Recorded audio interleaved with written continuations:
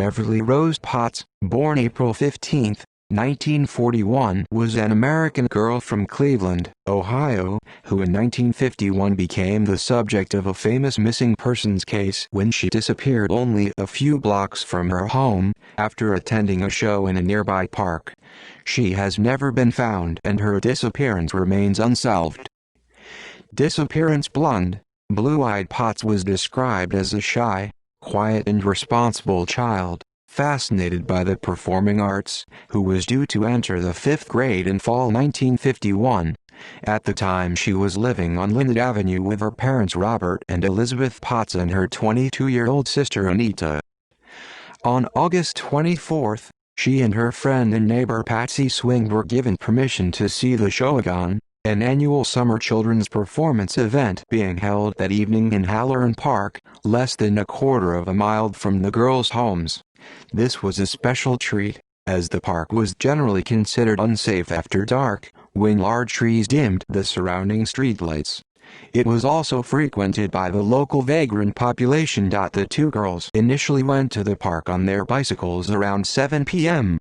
At 8 p.m., deciding it would be easier to maneuver on foot through the large crowds and attendants, they returned home to drop off their bikes, arriving back at the show sometime before 8:30 p.m.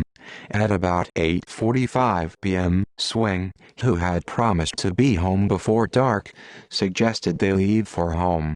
Potts said that she had been given permission to stay for the entire show, which was not due to end until after 9 p.m., so Swing went back to her own house alone. Swing last saw Potts in the crowd, still watching the performances on stage. At about 9:30 p.m., when the show had ended and the park was emptying, a 13-year-old boy who knew Potts saw her heading diagonally across the park in a northeasterly direction, about 150 yards from the corner of Linnet Avenue and West 117th Street. This would have been the quickest route to Potts' home, which would then only be a few minutes' walk away. The boy recognized Potts by her distinctive, duck-like gait, walking with toes pointed outward. Several other witnesses said they had seen a girl resembling Potts near a battered black 1937 Dodge Coupe idling on West 117th Street, apparently speaking to two young men inside. The various witnesses placed this encounter anywhere between 8:30 and 9:30 p.m., but none of them had seen the girl entering the car. When Potts did not return home by 10 p.m., her family began searching the area. About an hour later, having found no sign of her, they called the police.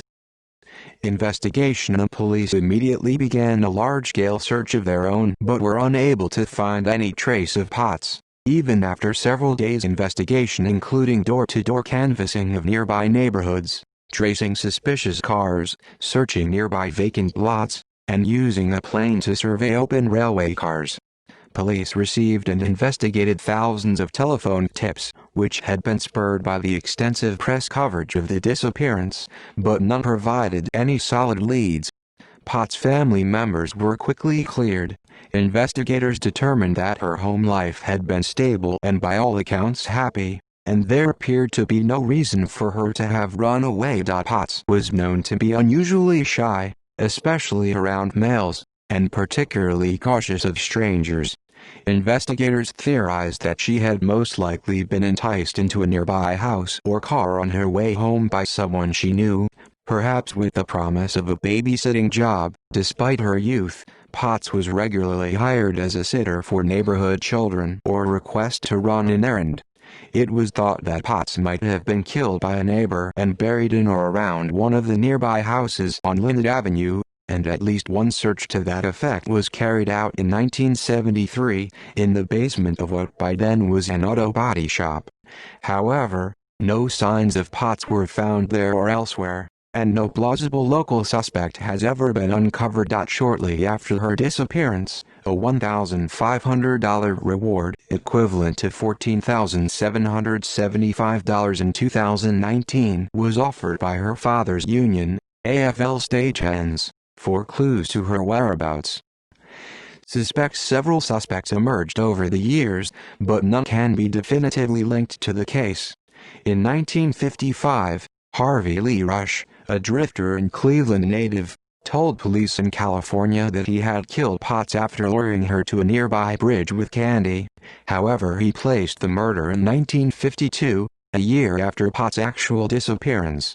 Rush recanted his entire story shortly after being extradited to Cleveland, saying that he had confessed merely as a way to get back to his hometown. In 1980, two retired Cleveland police detectives, James First and Robert Shankland, revealed that in 1974 they had received a tip from a local attorney with a client whose brother had supposedly confessed to abducting Potts. The detectives subsequently found and questioned the brother, who, they said, had readily admitted to having lived near Halloran Park in 1951 and making a habit of picking up and molesting young girls there. The man did not remember abducting Potts in particular, but said he had flashes of memory involving a girl named Beverly.